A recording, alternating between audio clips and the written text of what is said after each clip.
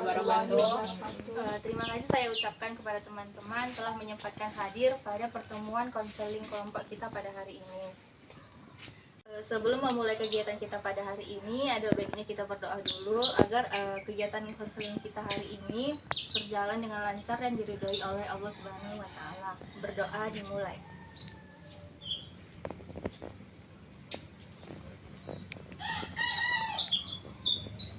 Berdoa selesai. Satu tahap pertama dalam konseling kelompok ini adalah perkenalan tentang apa sih itu konseling kelompok. Apakah teman-teman sekalian sudah mengetahui apa itu konseling kelompok? Belum.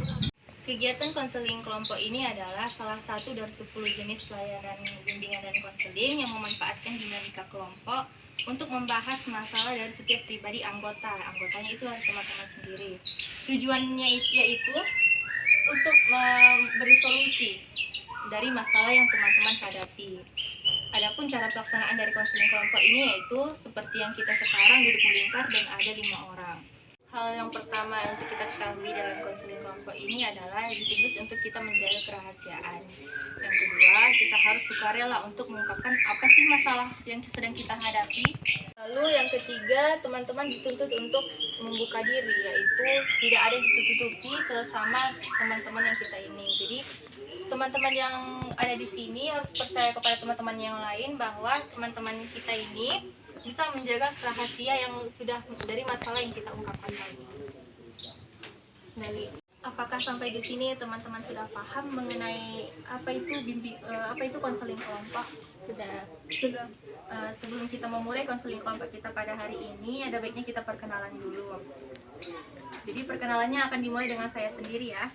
Nama saya Tika Rahmadani, mahasiswa dari Bimbingan dan Konseling Pendidikan Islam Universitas Islam Negeri Sumatera Utara.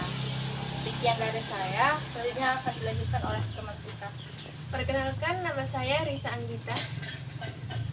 Perkenalkan, nama saya Fitri Handayani Harahap. Perkenalkan, nama saya Konita Nur Hamidah. Perkenalkan, nama saya Karina Pianti. Perkenalkan, nama saya Lia Amalia.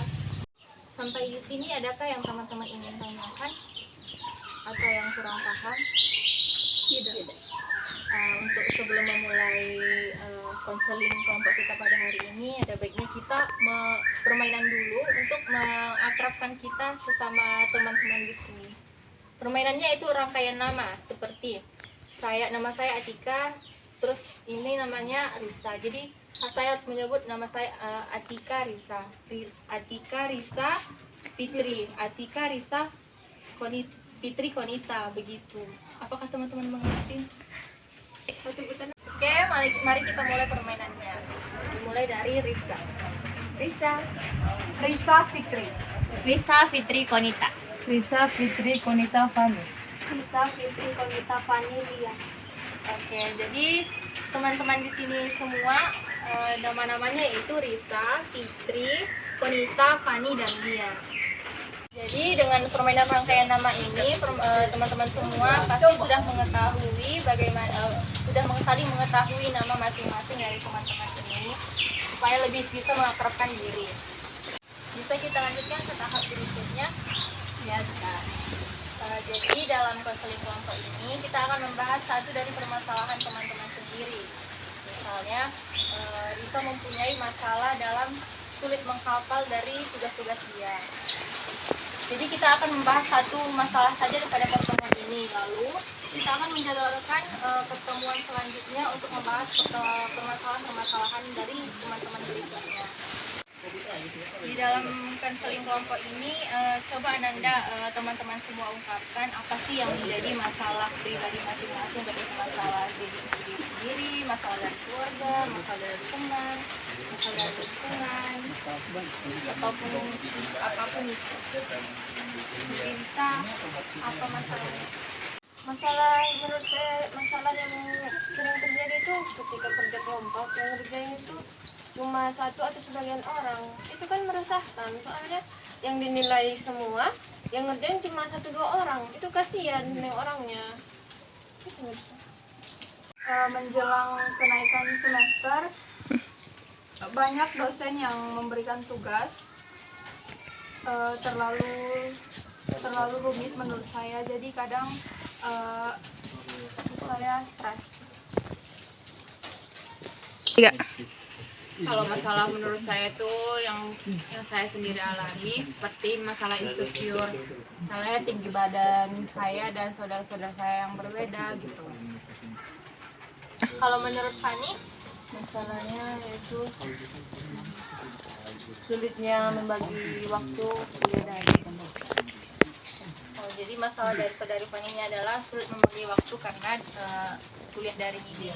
Kalau dari saudari Lia, Kalau saya di masalah kuliah daring ini juga, karena di daringan ini saya lebih kurang mengerti apa yang dijelaskan oleh dosen. jadi permasalahan yang dari teman-teman hadapi yaitu saudari Lisa mengalami bahwa kalau kerja kelompok yang mengerjakan itu cuma satu orang atau beberapa orang saja.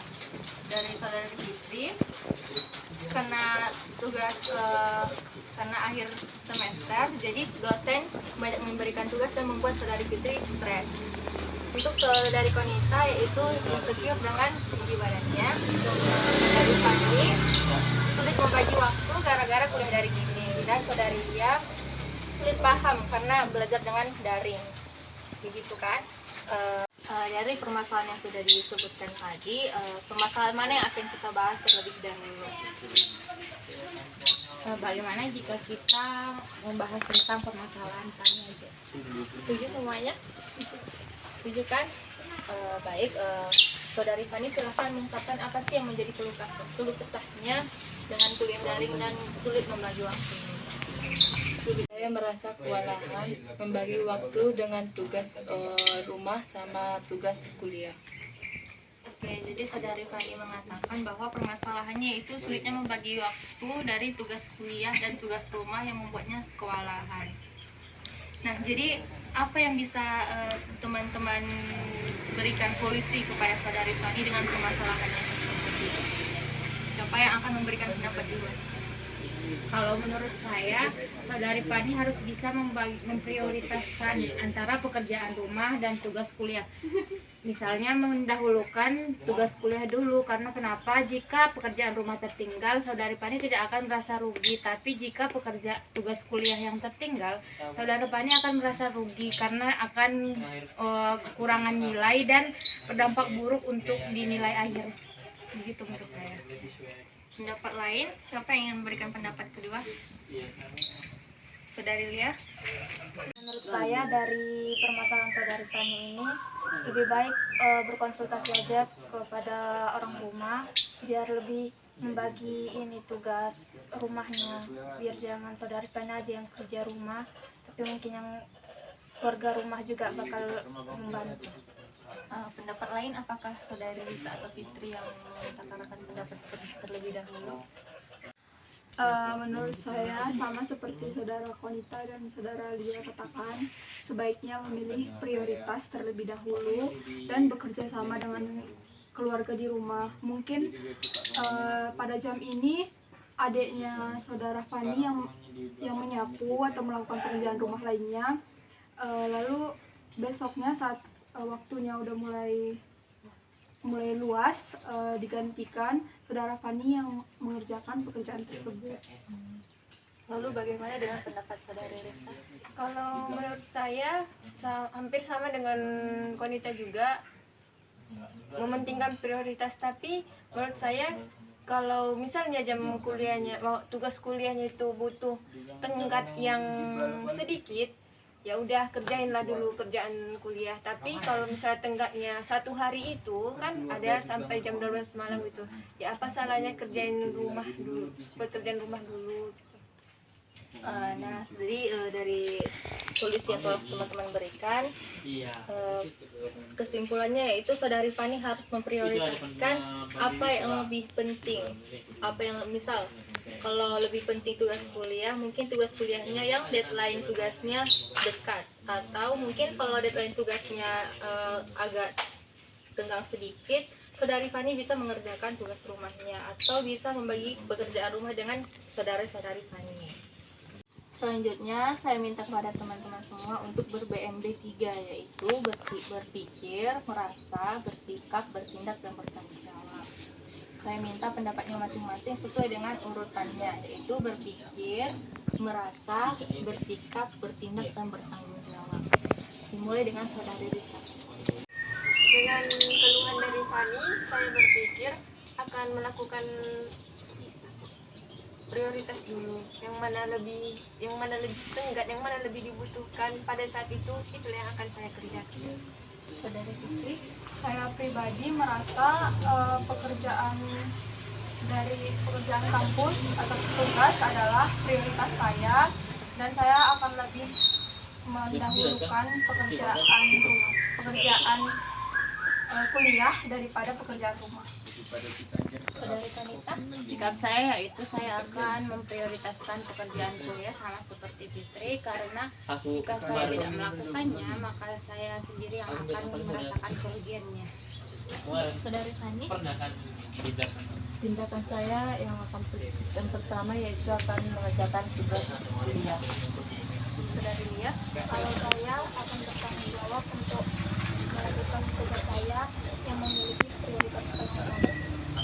Terima kasih kepada teman-teman semuanya yang sudah memberikan solusi atau pendapatnya mengenai dari masalah dari saudari Lia. Sekian pertemuan kita hari ini. Untuk pertemuan selanjutnya kita akan membahas mengenai permasalahan-permasalahan teman-teman berikutnya. Saya sudahi konseling kelompok pada hari ini. Mohon maaf apabila ada kata-kata yang salah. Assalamualaikum warahmatullahi wabarakatuh.